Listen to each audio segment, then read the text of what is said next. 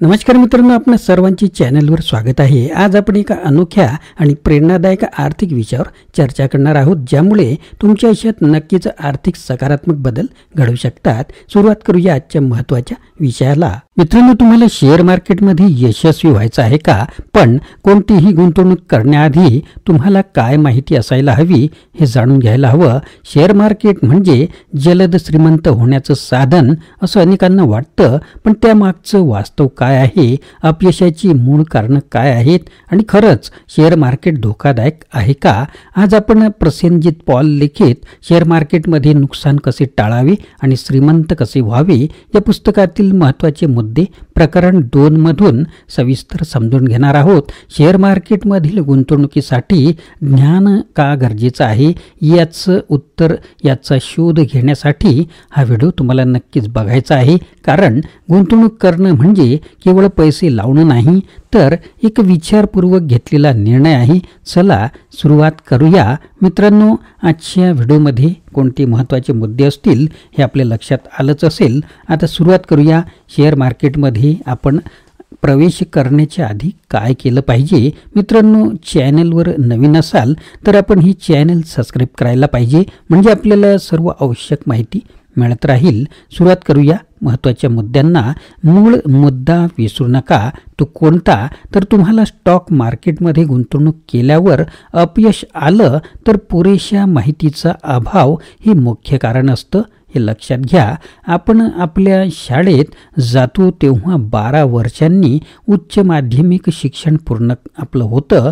बराच अभ्यास करून कठीण परीक्षा देऊन आपण तो टप्पा गाठत असतो। त्यानंतर आपण आपल्या करिअरची दिशा ठरवतो।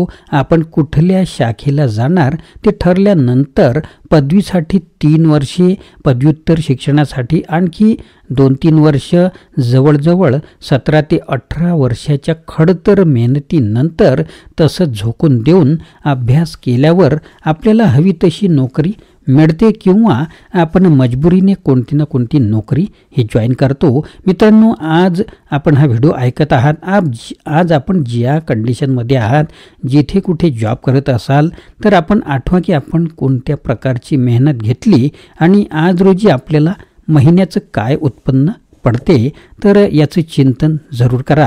आता पुढे मुद्दे पाहूया।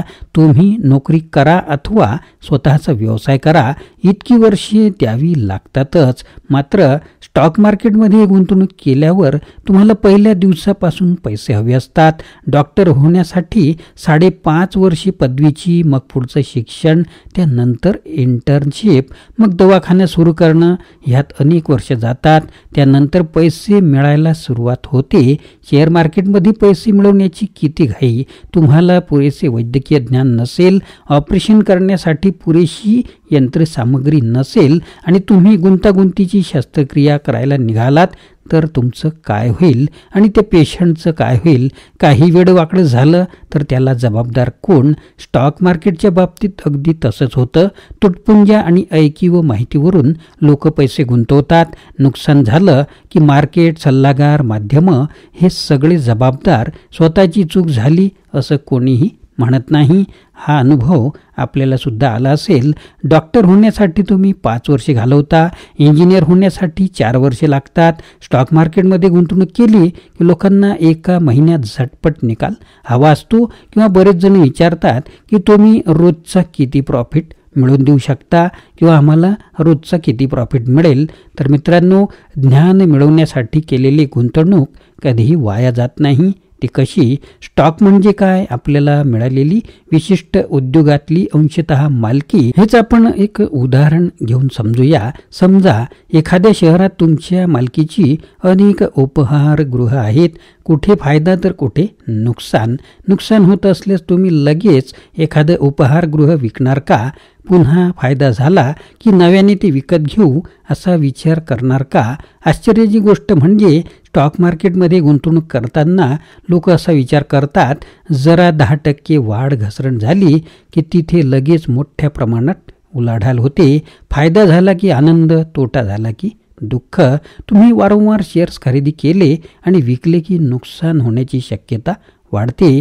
तुम्ही स्वतःला शेअर्स घेतलेल्या उद्योगधंद्याचे अंशतः मालक समजत असाल तर तुम्ही असं करणार नाही. कार, सेलफोन किंवा टीव्ही विकत घेण्यापूर्वी आपण किती बारकाईने चौकशी करतो. माझा स्वतःचा अनुभव सांगतो. कार घेण्याचं ठरवल्यानंतर मी साधारण 2-3 महिने रोज इंटरनेटवर शोध घ्यायचो. असे 30 ते 40 तास मी सहज घालवले असतील. 2-3 दुकानांना भेट देऊन आलो. बाजारात कारच्या किमती कशा आहेत याचा अभ्यास केला. एकदा कार घ्यायचीच असं ठरवलं. मग मी माझ्या एका मित्राची त्याच कंपनीची तशी कार चालून बघितली. कुटुंबियांशी सल्लामसलत केली आणि मग एकदाची कार विकत घेतली. शेअर्स विकत घेताना आपण इतका अभ्यास करतो का?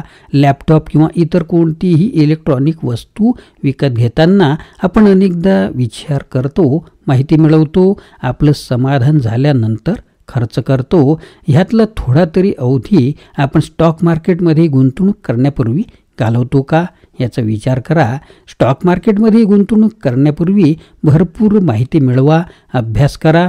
त्यासाठी ह्या पुस्तकाचा किंवा या व्हिडिओचा तुम्हाला नक्कीच फायदा होणार आहे. पुढच्या व्हिडिओमध्ये शेअर मार्केट आणि गुंतवणूक याबद्दल तुम्हाला खरी उदाहरणं सांगून माहिती दिली जाईल. अगदी सोप्या शब्दामध्ये. आपण स्टॉक मार्केटमध्ये गुंतवणूक करणं तसं साधं आहे, सोपं मात्र नाही. काय करायचं ह्यापेक्षा काय करायचं नाही हे समजून घेणं इथे जास्त गरजेचं आहे. मी तर असं म्हणेन की स्टॉक मार्केटमधून नुकसान टाळून सातत्याने पैसे मिळवणं ह्या उद्दिष्टाच्या पूर्ततेसाठी तुम्ही पहिलं पाऊल टाकलं आहेच. तर आमचे व्हिडिओ पाहत राहा. यापुढे स्टॉक मार्केट हा विषय तुमच्या आयुष्यात नक्कीच आनंद घेऊन येणार आहे. अगदी अलगदपणे खात्री बाळगा. मित्रांनो, पुढे चालून शेअर मार्केट सोप्या भाषेत असे व्हिडिओची सिरीज सुद्धा येणार आहे, तरी आपण याची वाट जरूर पहा. तर मित्रांनो, अशा प्रकारे लेखक आपल्याला मार्गदर्शन करतात. शेअर मार्केटमध्ये गुंतवणूक ही तयारी, ज्ञान आणि संयम या 3 गोष्टींवर अवलंबून असते. यशस्वी गुंतवणुकीसाठी फक्त पैसे नव्हे तर योग्य विचार आणि अभ्यासाची जोड सुद्धा अत्यावश्यक आहे.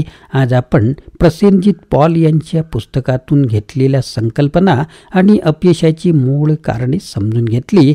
आता तुम्ही गुंतवणूक करण्यापूर्वी हे ठळक मुद्दे नेहमी लक्षात ठेवा. कोणते? पहिला मुद्दा, प्रथम ज्ञान मिळवा. दुसरा मुद्दा, गुंतवणुकीसाठी योग्य वेळ द्या. तिसरा मुद्दा, अपयश टाळण्यासाठी मूळ कारणांचा अभ्यास करा. चौथा मुद्दा, शेअर मार्केटच्या संकल्पना स्पष्ट समजून घ्या. शेवटी ही एक छोटीशी आठवण, गुंतवणूक म्हणजे पैशाचं खेळणं नाही, तर ती तुमच्या भविष्याची बांधणी आहे. पुढील व्हिडिओमध्ये शेअर मार्केटमधील आणखीन महत्त्वाच्या संकल्पना समजून घेऊ.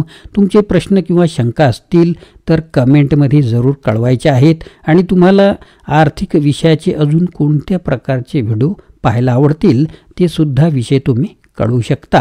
मित्रांनो, आशा आहे की तुम्हाला हा व्हिडिओ आवडला असेल. कृपया लाईक करा, शेअर करा आणि तुमच्या मित्रांसोबतही हा व्हिडिओ शेअर करा. चॅनलला सबस्क्राईब करा आणि आमच्यासोबत या शिक्षणाच्या प्रवासात सामील व्हा. पुन्हा भेटूया अशाच प्रकारच्या आगळ्या वेगळ्या व्हिडिओमध्ये. धन्यवाद.